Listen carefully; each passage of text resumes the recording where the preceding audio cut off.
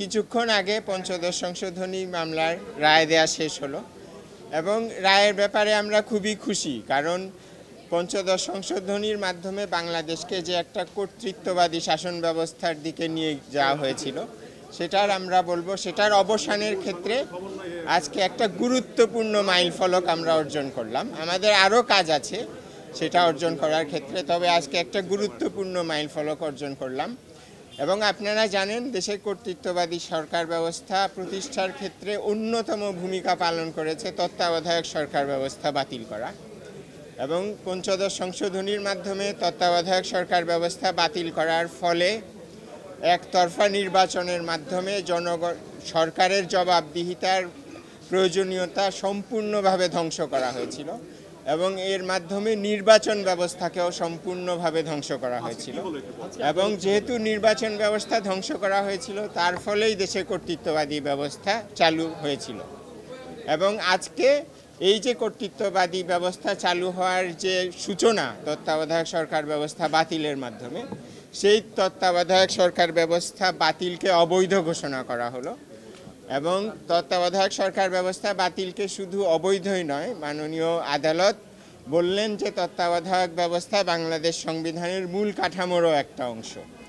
যেহেতু নির্বাচন, গণতন্ত্র এগুলো বাংলাদেশ সংবিধানের মূল কাঠামো, এবং যেহেতু তত্ত্বাবধায়ক সরকার ব্যবস্থা গণতন্ত্র এবং নির্বাচনকে সুসংহত করে, সেহেতু তত্ত্বাবধায়ক ব্যবস্থাও সংবিধানের একটা মূল কাঠামো। এই কারণে আজকে আদালত তত্ত্বাবধায়ক সরকার ব্যবস্থাকে শুধুমাত্র সাংবিধানিক নয়, সাংবিধানিক এবং সংবিধানের একটা মূল কাঠামোর অংশ বলে রায় দিলেন, যেটা আমি মনে করি একটা ঐতিহাসিক। এটা ঐতিহাসিক এবং তত্ত্বাবধায়ক সরকার ব্যবস্থা ফিরে আসার ক্ষেত্রে সবচেয়ে বড় প্রতিবন্ধকতা আমি বলবো যে দূর হলো, যেটা ছিল পঞ্চদশ সংশোধনী।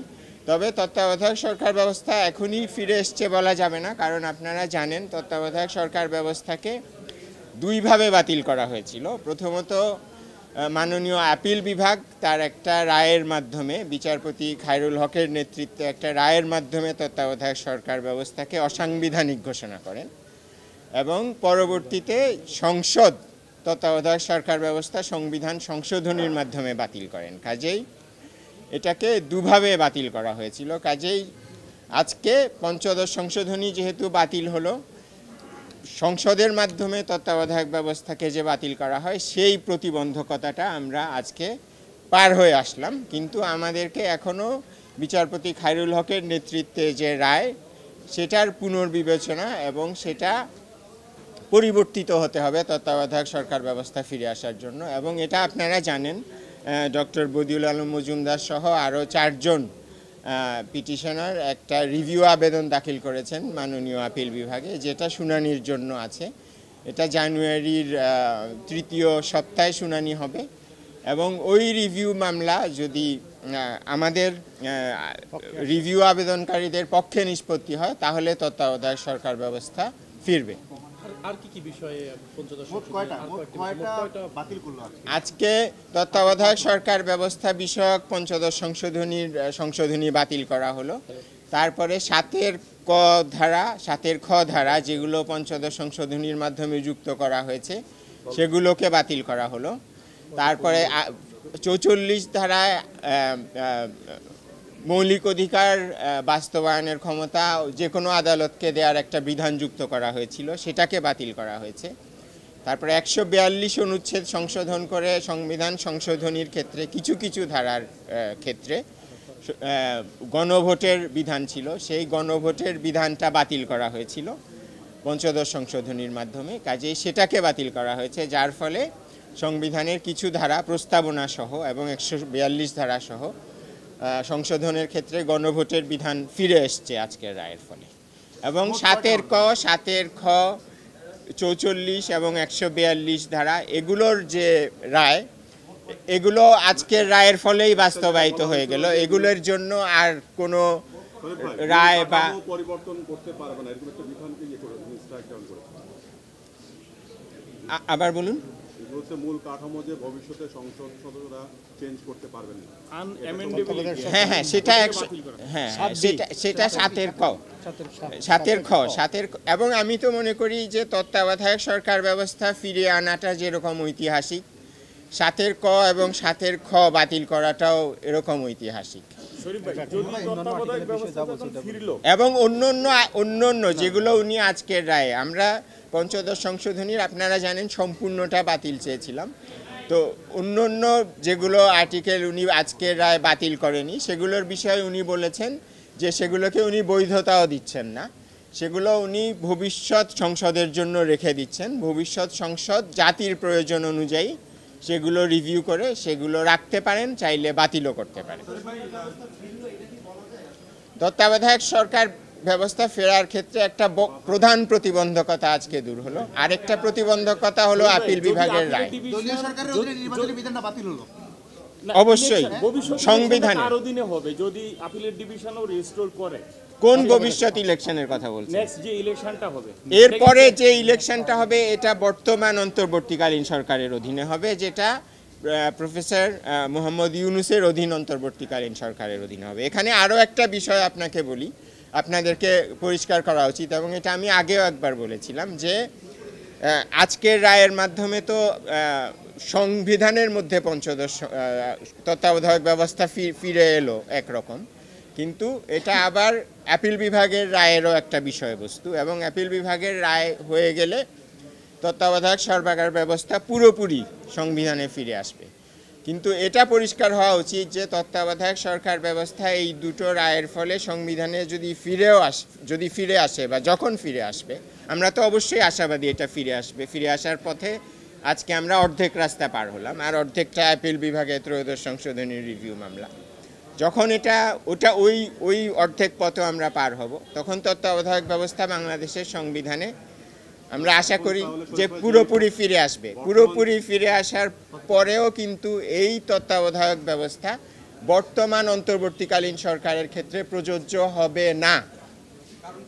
এটার কারণ হলো বর্তমান অন্তর্বর্তীকালীন সরকার এই তত্ত্বাবধায়ক ব্যবস্থার অধীনে গঠিত নয় সাধারণত, এবং এটা একটা এস্টাবলিশ প্রিন্সিপল, যে কোনো একটা কিছু যেই আইনের অধীনে গঠিত হয় তার সমাপ্তিও সেই আইনের অধীনেই হয়, এবং তার কার্যকলাপও যেই আইনের অধীনে সে গঠিত হয় সেই আইনের অধীনে পরিচালিত হয়।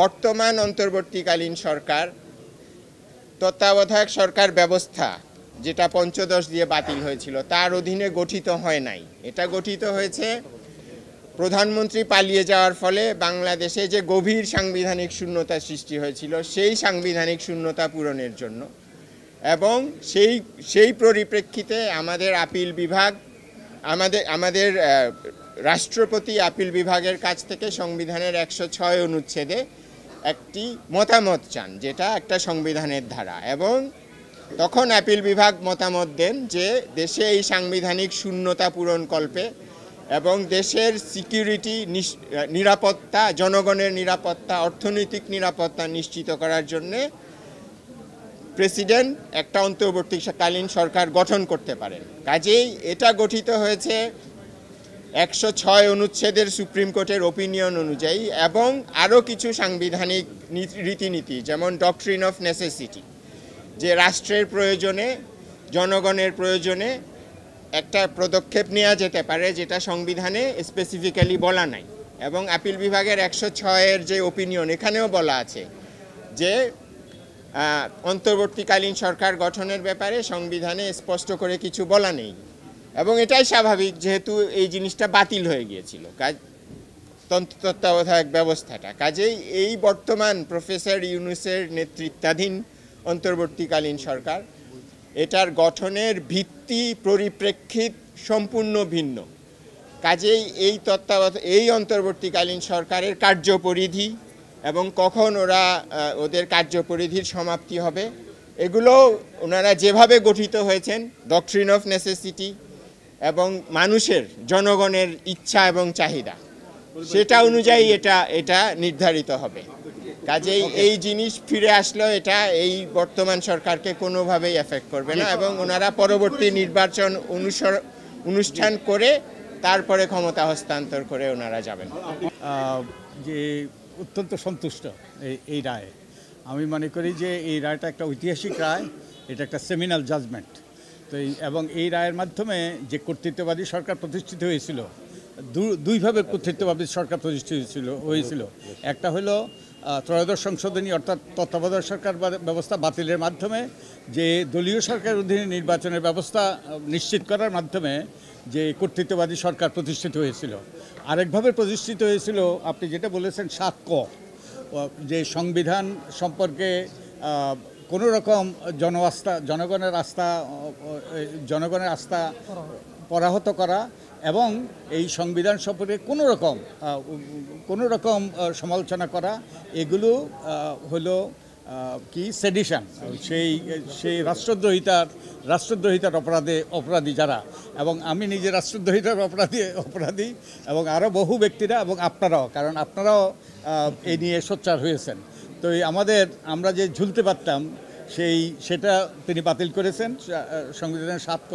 এবং শুধু তাই নয়, এটা আমি কোনোদিন দেখি নাই আদালত সুস্পষ্টভাবে আমাকে এবং এই ব্যাপারে যারা সোচ্চার ভূমিকা পালন করেছে তাদেরকে স্বীকৃতি দিয়েছে এবং ধন্যবাদ দিয়েছে এবং কৃতজ্ঞতা জ্ঞাপন করেছে। আমরা নাগরিকের পক্ষে, চরম প্রতিকূল অবস্থাতেও নাগরিকের পক্ষে আমরা লড়েছি।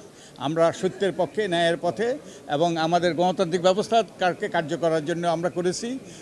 তো আমি আনন্দিত আমার জন্য নয়, পুরো দেশবাসীর জন্য এবং আপনাদের সকলের জন্য, কারণ আপনারা ভূমিকা পালন করেছেন। এবং গণতান্ত্রিক ব্যবস্থা ফিরে আসলো এটা বলা যাবে না, গণতান্ত্রিক ব্যবস্থা ফিরে আসার একটা গুরুত্বপূর্ণ দ্বার উন্মোচিত হলো। এটা নির্ভর করবে ভবিষ্যতে আমরা কিভাবে আচরণ করি। গণতন্ত্র ফিরে আসা মানে কি? একটা পরিবর্তন, গণতান্ত্রিক উত্তরণ মানে পরিবর্তন। আমরা সকলে যদি আমাদের আচরণে পরিবর্তন আনি, আমাদের রাজনীতিবিদরা যদি তাদের আচরণে পরিবর্তন আনে, আমরা যদি আমাদের করণীয় করি, তাহলেই গণতন্ত্র ফিরে আসবে, আর তা না হলে ফিরে আসবে না। আর আপনাদেরকে যে জিনিসটা আমাকে সহায়তা করেছে এবং আপনারাও এই ব্যাপারে সহায়তা করেছেন, আমি যে বইটা লিখেছি এই বইটাতে কিন্তু পুরো ইতিহাস আছে। যে আর্গুমেন্টগুলো উনি ব্যবহার করেছেন এগুলো সবগুলোই আছে। আপনাদের রিপোর্টিংয়ে কাজে লাগবে এটা। তো অনেক ধন্যবাদ। পঞ্চদশ সংশোধনী সম্পূর্ণরূপে বাতিল ঘোষণা করা হয়নি। পঞ্চদশ সংশোধনীর মাধ্যমে সংবিধানে যে সমস্ত পরিবর্ধন পরিমার্জন করা হয়েছিল তার কিছু অংশ তিনি রেখে দিয়েছেন, কিছু অংশ বাতিল ঘোষণা করেছেন, আর কিছু জিনিস পরবর্তী সংসদের উপর ছেড়ে দিয়েছেন। তার মধ্যে যে সমস্ত জিনিস তিনি সংরক্ষণ করেছেন তার মধ্যে একটি হলো সুপ্রিম জুডিশিয়াল কাউন্সিল, আরেকটি সংরক্ষণ করেছেন যেটি হলো পরিবেশগত বায়োডাইভার্সিটির প্রিন্সিপাল, আরেকটি সংরক্ষণ করেছেন যেটি হলো ক্ষুদ্র নৃগোষ্ঠীকে প্রোটেকশন দেওয়ার জন্য রাষ্ট্রের যে পলিসি। এছাড়া যেগুলোকে তিনি বাতিল ঘোষণা করেছেন তার মধ্যে প্রধানতম হলো নির্দলীয় নিরপেক্ষ তত্ত্বাবধায়ক সরকার ব্যবস্থা বাতিল করে দিয়েছিলেন, তিনি এটিকে রেস্টোর করেছেন। দ্বিতীয়ত গণভোটের বিধানকে বাতিল করে দেওয়া হয়েছিল, সেটিকেও আজকে রেস্টোর করা হলো। তারপরে কনস্টিটিউশনের 7 ক এবং 7 খ, যার মাধ্যমে সংবিধানের কিছু বিধানকে অপরিবর্তনীয় করে ফেলা হয়েছিল এবং সেগুলোকে তিনি বলেছেন এটি কখনোই গ্রহণযোগ্য না, এটাকে বাতিল করেছেন। 7BA অংশ হিসেবে তিনি একটি বাতিল করেছেন, সেটি হলো তিনি বলছেন যে কনস্টিটিউশনে একটি বিধান যোগ করা হয়েছিল যেটা সাংবিধানিক রাষ্ট্রদ্রোহিতা নামে, সেই অংশগুলোকেও বাদ করে দিয়েছেন। আর একই সাথে তিনি বলেছেন যে সংবিধানের 44-এর 2 অনুচ্ছেদে হাইকোর্টের সমান্তরালভাবে নিম্ন আদালতে কিন্তু জুরিসডিকশন দিয়ে দেওয়া হয়েছিল। তিনি বলেছেন এইটাও সম্ভব নয়, কারণ এটা বেসিক স্ট্রাকচার ডক্ট্রিনের সঙ্গে সামঞ্জস্যপূর্ণ নয়, এই জন্য তিনি এটাকেও বাদ করে দিয়েছেন। এর বাইরে যে সমস্ত বিধান সংবিধানে অ্যাড করা হয়েছিল পঞ্চদশ সংশোধনীর মাধ্যমে, এগুলোকে আদালত বলেছেন পরবর্তীতে নির্বাচিত পার্লামেন্ট এসে যে অংশগুলোকে ভালো মনে করবে সেগুলোকে রাখবে, যে অংশগুলোকে ভালো মনে করবে না পার্লামেন্টের উপর ছেড়ে দিয়েছেন। এই 3 তরফার রায় আজকে ঘোষণা হয়েছে। উনি বলেছেন আমাদের কনস্টিটিউশনের মূল প্রিন্সিপাল হলো we, not I, we the people, পিপলের ইচ্ছাই সর্বোচ্চ ইচ্ছা। আর্টিকেল 7 বলা আছে যে জনগণই হলো উইল অফ দি এক্সপ্রেশন, যে জনগণের এক্সপ্রেশন যেটা হবে এটাই সর্বোচ্চ আইন, এবং তিনি বলছেন এই জন্য পার্লামেন্ট প্রয়োজন হয়। আমাদের কনস্টিটিউশনে আয়ের কোনো বিধান নাই, বিধান হলো উই, আমরা, জনগণ। তিনি বলছেন যে কনস্টিটিউশনে বেসিক স্ট্রাকচার ডক্ট্রিন নামে একটা ডক্ট্রিন আছে। বেসিক স্ট্রাকচার ডক্ট্রিন হলো এমন ডক্ট্রিন যেগুলোকে পার্লামেন্ট চাইলেও কিছু বিষয়কে সংশোধন করতে পারবে না, পরিবর্তন করতে পারবে না। তিনি বলেছেন পঞ্চদশ সংশোধনীর মাধ্যমে এমন কিছু পরিবর্তন আনা হয়েছে যেখানে সংবিধানের যে ফেব্রিক, এই ফেব্রিককে নষ্ট করে দেওয়া হয়েছে। যেমন বলা হয়েছে এখানে যে সাতের কতে, সাতের খতে, যে এগুলো কোথাও চ্যালেঞ্জ করা যাবে না। তিনি বলছেন যে যদি সুপ্রিমেসি অফ দ্য কনস্টিটিউশন, দেশের সার্বভৌমত্ব বিনষ্ট হয়, তাহলে অবশ্যই এগুলোকে আদালতে প্রশ্ন উত্থাপন করা যাবে। এবং supreme court is the guardian of the constitution. Supreme কোর্টের দায়িত্ব হলো সংবিধান ব্যাখ্যা দেওয়া। পার্লামেন্টও যদি বলে যে সুপ্রিম কোর্ট ব্যাখ্যা দিতে পারবে না, তাহলে এটাও গ্রহণযোগ্য হবে না। এক্ষেত্রে তিনি বলছেন বেসিক স্ট্রাকচার ডক্ট্রিনকে ভায়োলেট করা হয়েছে, উইল অফ দ্য পিপলকে নেগেট করা হয়েছে। সবচাইতে ইম্পর্টেন্ট কথা বলছেন, গণতন্ত্র হলো আমাদের সংবিধানের মৌলিক কাঠামো, আর কেয়ারটেকার গভর্নমেন্ট বলছেন সংবিধানের মৌলিক কাঠামোতে রূপান্তরিত হয়েছে। কেন? কারণ কেয়ারটেকার গভর্নমেন্ট ছাড়া ফ্রি, ফেয়ার, ইম্পার্শিয়াল ইলেকশন করা যায় না। আর যেহেতু ফ্রি, ফেয়ার, ইম্পার্শিয়াল ইলেকশন করা যায় না, ডেমোক্রেসি এনশিওর করা যায় না। এই জন্য তিনি বলছেন caretaker government system is a basic structure of the constitution.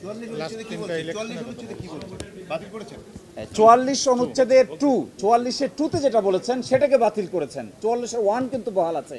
2তে বলেছেন যে হাইকোর্টের কিছু পাওয়ার নিম্ন আদালতকে দেওয়া যাবে। তিনি বলছেন যে এটা সম্ভব নয়, কনস্টিটিউশনাল স্কিমে এটাকে অ্যালাউ করা হয় না।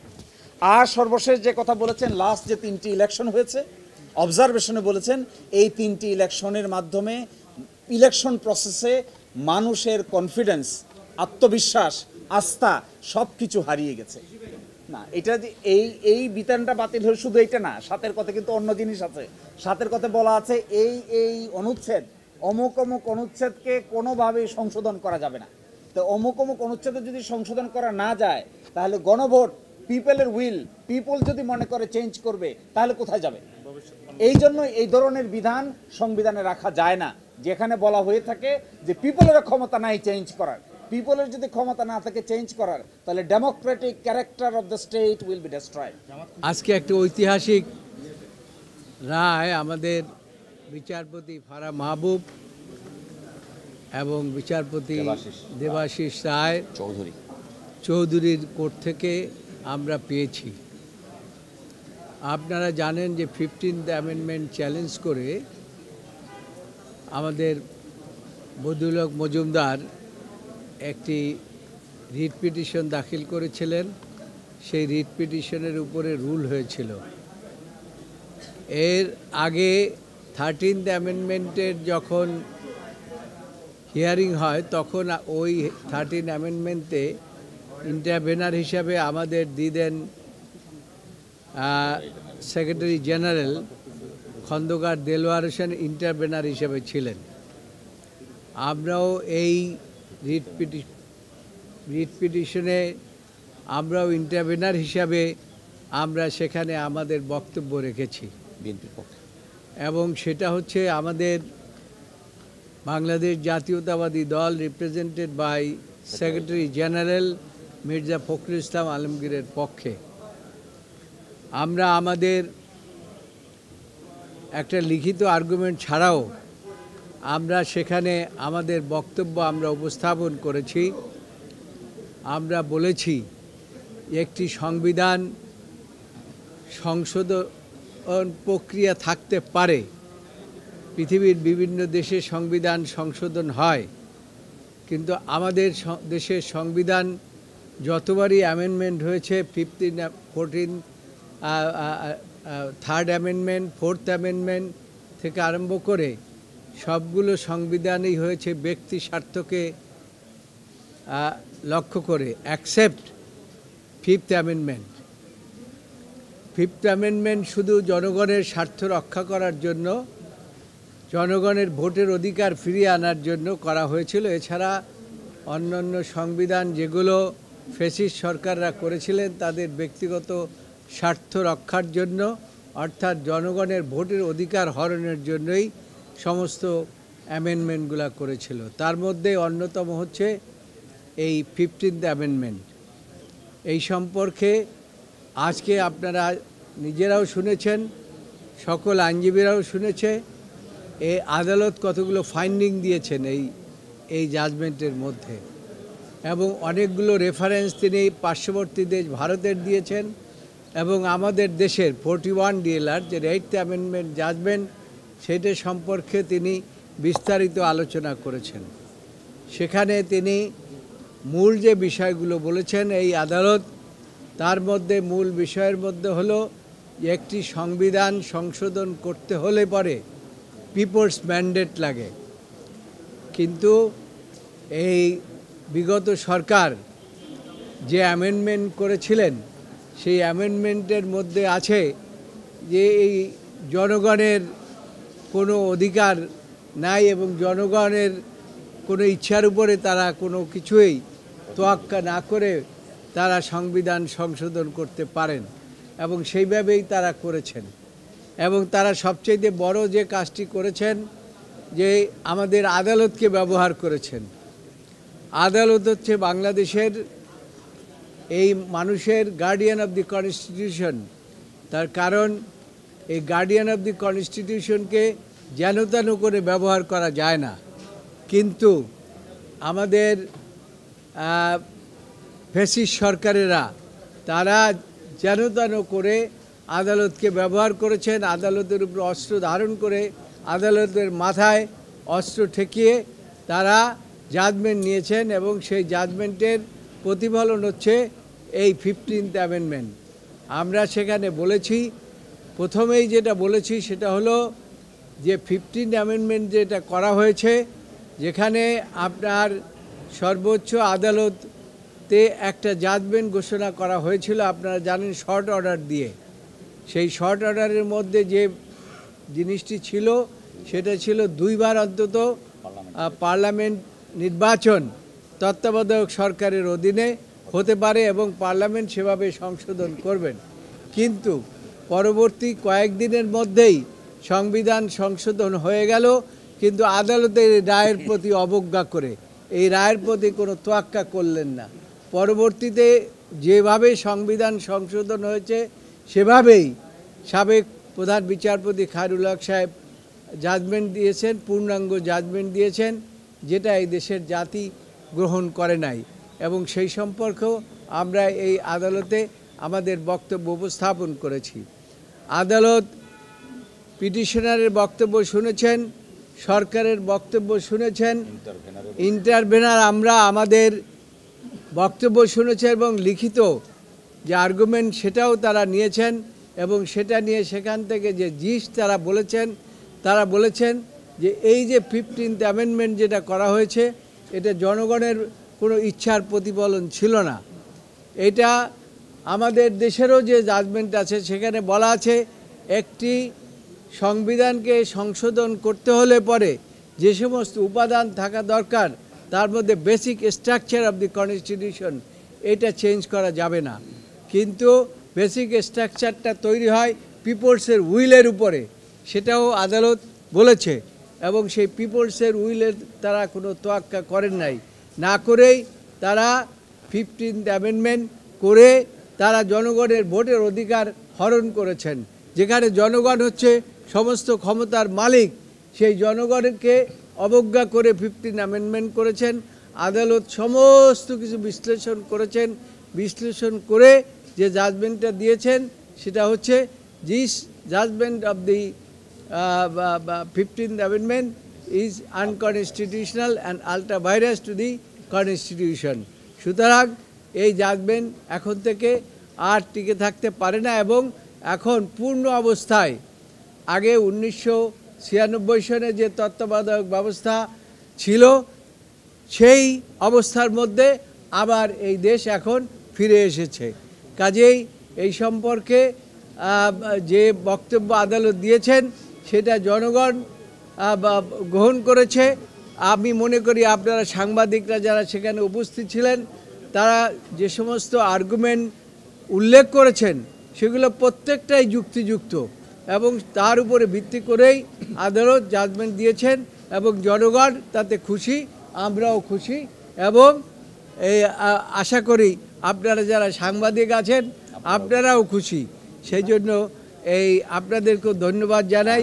15th অ্যামেন্ডমেন্টের ব্যাপারে আমাদের বাংলাদেশ জাতীয়তাবাদী দল বিএনপির পক্ষ থেকে একটা পলিটিক্যাল কমিটমেন্ট ছিল যে আমরা পঞ্চদশ সংশোধনী বাতিল চাই। সেই পলিটিক্যাল কমিটমেন্টের জায়গা থেকে বিএনপির প্রতিনিধিত্ব করেছেন সেক্রেটারি জেনারেল মির্জা ফখরুল ইসলাম আলমগীর সাহেব। ওনার ওকালতনামার মাধ্যমে এই মামলায় আমরা ইন্টারভিনার হই। আমরা যে কথাটা রাজনৈতিকভাবে এতদিন বলে আসছিলাম 15th অ্যামেন্ডমেন্টের মাধ্যমে বাংলাদেশের সংবিধানকে আওয়ামী লীগের গঠনতন্ত্রে পরিণত করেছে। আজকে মহামান্য আদালতের রায়ের মাধ্যমে তাই প্রমাণিত হয়েছিল। 15th অ্যামেন্ডমেন্ট করা হয়েছিল আওয়ামী লীগকে চিরস্থায়ী বন্দোবস্ত এবং শেখ হাসিনাকে চিরস্থায়ীভাবে প্রধানমন্ত্রী করার জন্য, যে কারণে মহামান্য আদালত বলেছেন অবজারভেশনে যে 15th অ্যামেন্ডমেন্টে will of the people reflected হয়নি। বেসিক কনস্টিটিউশনে বেসিক স্ট্রাকচার যেটা আছে জনগণ সকল ক্ষমতার উৎস, সেই জনগণের সকল ক্ষমতার উৎসটা এবং রিফ্লেকশনটা 15th অ্যামেন্ডমেন্টে ছিল না, যে কারণে মহামান্য আদালত 15th অ্যামেন্ডমেন্ট টোটালটা আলট্রা ভায়ার্স হিসাবে ঘোষণা করেছেন। পাশাপাশি 7 ক একটা অনুচ্ছেদ দিয়েছিলেন, সেইটা অ্যাবলিশ করেছেন এবং পূর্ণাঙ্গ জাজমেন্ট আসলে আমরা আরও কিছু দেখতে পারবো। মোট কথা হচ্ছে বাংলাদেশ এখন আগের জায়গায় চলে গেছেন, অর্থাৎ 96-এর আগ পর্যন্ত সাবেক প্রধানমন্ত্রী দেশনেত্রী বেগম খালেদা জিয়া পার্লামেন্টের মাধ্যমে যে কনস্টিটিউশন রেখে গিয়েছিলেন সেই কনস্টিটিউশনে এখন বাংলাদেশ ফেরত গিয়েছে। গণভোট, জি, গণভোটটা অ্যাবলিশ করা হয়েছিল, সেই গণভোটটা পুনরুজ্জীবিত হয়েছে। ইমপ্লিকেশনটা হচ্ছে গণভোট কেন গণভোট থাকে, যে কোনো একটা কোশ্চেন থাকলে মানুষ তখন গণভোটে যেতে পারে, যেটা আমাদের কনস্টিটিউশনে ছিল। শেখ হাসিনা ওয়াজেদ ইচ্ছাকৃতভাবে তার ক্ষমতাকে দীর্ঘায়িত করার জন্য গণভোটের ওয়েল অ্যাকসেপ্টেড বিধানটাকে তিনি অ্যাবলিশ করেছিলেন, আজকে তা পুনরুজ্জীবিত হয়েছে। না, আমি যেটা বলেছি আসলে আদালত মূলত আমরা রিট পিটিশনাররা পুরা পঞ্চদশ সংশোধনীটা বাতিল চেয়েছিল। আদালত কিন্তু 6টি প্রভিশনকে বাতিল করেছে। প্রথমটা হচ্ছে 7 ক, যার মাধ্যমে বলা হয়েছিল, যেটা ভেগ আদালতের বক্তব্য, এটা হচ্ছে সম্পূর্ণ অস্পষ্ট একটা সংবিধান সংশোধনী, যার মাধ্যমে কোনো অসাংবিধানিক পন্থায় কেউ যদি ক্ষমতা গ্রহণ করে তাহলে তিনি সর্বোচ্চ রাষ্ট্রীয় শাস্তি কে করবে, এটাকে আদালত বলেছে এটা সম্পূর্ণ সংবিধানের সঙ্গে অসঙ্গতিপূর্ণ এবং এটা সম্পূর্ণভাবে অস্পষ্ট। সে কারণে সংবিধানের 7 ক অনুচ্ছেদ বাতিল করেছেন। সংবিধানের 7 খ অনুচ্ছেদের মাধ্যমে বলা হয়েছিল যে কতগুলো সংবিধানের অনুচ্ছেদ যেগুলো পরবর্তী কোনো সংসদও বাতিল করতে পারবে না। আদালত তার পর্যবেক্ষণে বলেছেন একটা সংসদ তার পরবর্তী সংসদকে এই মর্মে বাধ্য করতে পারেন না তারা কোনটা করবেন কি করবেন না, কারণ কনস্টিটিউশন সংবিধানটা হচ্ছে একটি লিভিং ডকুমেন্ট। সময় এবং স্থানের পরিবর্তনের ক্ষেত্রে সংবিধানের সংশোধনীর প্রয়োজন হতে পারে, সেই কারণে সেটি আদালত বাতিল করেছেন। আদালত বাতিল করেছেন সংবিধানের 44-এর 2 অনুচ্ছেদ, যে অনুচ্ছেদের মাধ্যমে দেশের সর্বোচ্চ আদালত সুপ্রিম কোর্টের হাইকোর্ট বিভাগের সাংবিধানিক প্রশ্নের বিচার করার যে ক্ষমতা, সেই ক্ষেত্রে সেই ক্ষমতাটা নিম্ন আদালতকে দেওয়ার প্রচেষ্টা চালানো হয়েছে। আদালত সেটা বলেছেন যে আমাদের সংবিধান অনুযায়ী বাংলাদেশের সুপ্রিম কোর্ট হচ্ছে একটি কোর্ট এবং সুপ্রিম কোর্ট হচ্ছে সংবিধানের গার্ডিয়ান। সুতরাং এই সুপ্রিম কোর্টের যে গার্ডিয়ানশিপ সংবিধানের 101 এবং 102 অনুচ্ছেদ অনুযায়ী দেওয়া হয়েছে, 44 অনুচ্ছেদের নিম্নতম এবং অধস্তন আদালতকে সেটা দেওয়ার কোনো সুযোগ নেই। সুতরাং সেটি বাতিল করেছেন। আদালত পরবর্তীতে বাতিল করেছেন সেটি হচ্ছে সংবিধানের 142 অনুচ্ছেদ। আপনাদেরকে এই কথাটা মনে রাখতে হবে। তার আগে আমি 58টা এটা কিন্তু বাতিল করে নাই। 58টা হচ্ছে বলেছেন 58 সংবিধানের নির্দলীয় তত্ত্বাবধায়ক সরকারের যে ব্যবস্থা, বেগম খালেদা জিয়া তার সরকারের সময় বাংলাদেশে গণতন্ত্র, আইনের শাসন এবং মানুষের ভোটাধিকার রক্ষার জন্য প্রবর্তন করেছিলেন, সেইটা বাতিল করাটা সম্পূর্ণ অসাংবিধানিক। আদালতের পর্যবেক্ষণে বলেছে এই নিরপেক্ষ তত্ত্বাবধায়ক সরকার ব্যবস্থা না থাকার কারণে জানুয়ারি 2018 নির্বাচন, 2024-এর নির্বাচন, 18 নির্বাচন, পূর্বা 3টে নির্বাচনেই জনগণের কোনো ইচ্ছার প্রতিফলন ঘটে নাই, জনগণ ভোট দিতে পারে নাই। সুতরাং এই সংবিধান যেহেতু জনগণের ইচ্ছার প্রতিফলন, জনগণ যেহেতু ভোট দিতে পারে নাই, তত্ত্বাবধায়ক ব্যবস্থার মাধ্যমে যেহেতু জনগণের ভোট দেওয়ার বিষয়টি সুনিশ্চিত হয়েছিল, সুতরাং এটি আমাদের সংবিধানের বেসিক স্ট্রাকচার হিসেবে পরিণত হয়েছে। সুতরাং সেটা পরিবর্তন করা যাবে না। আদালত বলেছেন নির্দলীয় তত্ত্বাবধায়ক সরকার ব্যবস্থা সংবিধানের 58 অনুচ্ছেদ পুনরুজ্জীবিত করা হয়েছে। আরেকটি আদালত বাতিল করেছে, এটা হচ্ছে 142 অনুচ্ছেদ। 142 অনুচ্ছেদে পূর্বে বলা ছিল কিছু সংবিধানের সংশোধনী করতে গেলে গণভোট প্রয়োজন হবে। সেই গণভোট কিন্তু এবং এই গণভোটের বিষয়টি 12তম সংশোধনীর মাধ্যমে সংবিধানে পুনঃপ্রবর্তন করা হয়েছিল। আদালত বলেছে এই গণভোটের বিধানটি রেখে 12তম সংশোধনীর মাধ্যমে গণভোটের বিধান সম্পর্কিত সংবিধান সংশোধনের যে ক্ষমতা সেই অনুচ্ছেদটি পুনরুজ্জীবিত হবে। অর্থাৎ পঞ্চদশ সংশোধনীর মাধ্যমে বিগত শেখ হাসিনা সরকার পঞ্চদশ সংশোধনীর মাধ্যমে সংবিধান সংশোধন করার যে ক্ষমতা তার পছন্দ মতো করে নিজস্ব দলিল করার যে বন্দোবস্ত করেছিল সেটিকে বাতিল করে সংবিধানকে জনগণের সরকার হিসেবে জনগণের ইচ্ছা আকাঙ্ক্ষার প্রতিফলন হিসেবে গঠন করার জন্য আদালত সেটাকে পুনরুজ্জীবিত করেছেন। সবচেয়ে বড় কথা যে কথা বলেছেন আদালত দুইটি বিষয় অত্যন্ত স্পষ্টত বলেছেন। আমি যেটি বলেছিলাম, আদালত তার রায়ের মাধ্যমে জুলাই অভ্যুত্থান এবং আগস্টের ছাত্র জনতা এবং আমাদের যে সম্মিলিত সংগ্রাম সেই সংগ্রামটাকে ওনারা স্বীকৃতি দিয়েছেন। 1 2 নম্বর, ভবিষ্যতের পার্লামেন্টের কাছে সংবিধানের এই যে 54টা সংশোধন করেছিলেন এই 54টা সংশোধনের বাকি সংশোধনীগুলো সম্পর্কে পরবর্তী সংসদ তারা জনগণের ইচ্ছার প্রতিফলন ঘটিয়ে সেই ব্যাপারে যথোপযুক্ত সিদ্ধান্ত গ্রহণ করবেন বলে আদালত মন্তব্য করেছেন। সেই বিষয়ে কোনো সুনির্দিষ্ট বলেননি, তারা সেটা পরবর্তী পার্লামেন্টের পরে রেখে দিয়েছেন। আমরা মনে করি দেশে গণতন্ত্র আইনের শাসন, বিশেষ করে জুলাই আগস্টের গণ অভ্যুত্থান ফ্যাসিবাদ বিরোধী বাংলাদেশের যে বাংলাদেশ, আদালত কিন্তু বলেছে নতুন আশা নতুন বাংলাদেশের আজকে জন্ম নিয়েছেন এই জুলাই আগস্টের বিপ্লবের কারণে। আমরা মনে করি জনগণের যে আশা এবং ইচ্ছা, ভোটাধিকার, ভোট দিতে দীর্ঘ না পারা যায়, ভোট থেকে বঞ্চিত হওয়া, তার সমস্ত সমাধান হবে এই রায় যেটি হয়েছে। আর আমি আদালতকে বলেছি 2016 সালের পরে বিগত সরকার সংবিধান আর কোনো পুনর্মুদ্রণ করেন নাই, অর্থাৎ তাদের পছন্দ মতো সংবিধানকেই তারা রেখে দিয়েছেন।